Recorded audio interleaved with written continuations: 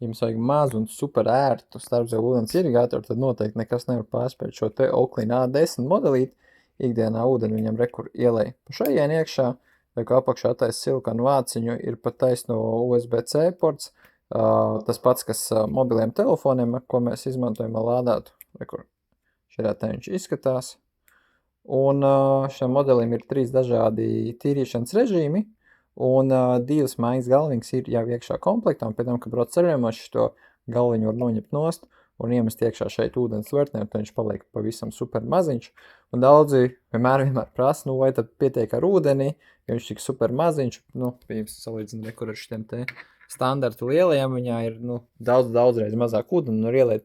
Labā lieta tāda, ka viņš strādā bišķi pēc savādāk principa, jo šie te lielie bliež tikai pulsējuši ūdens trūklis palīdzību, tas šis te mazais, viņš jauc gaisu kopā ar ūdeni, un katrs tas šāviens sastāv tikai no 2% ūdens un 98% gaisa.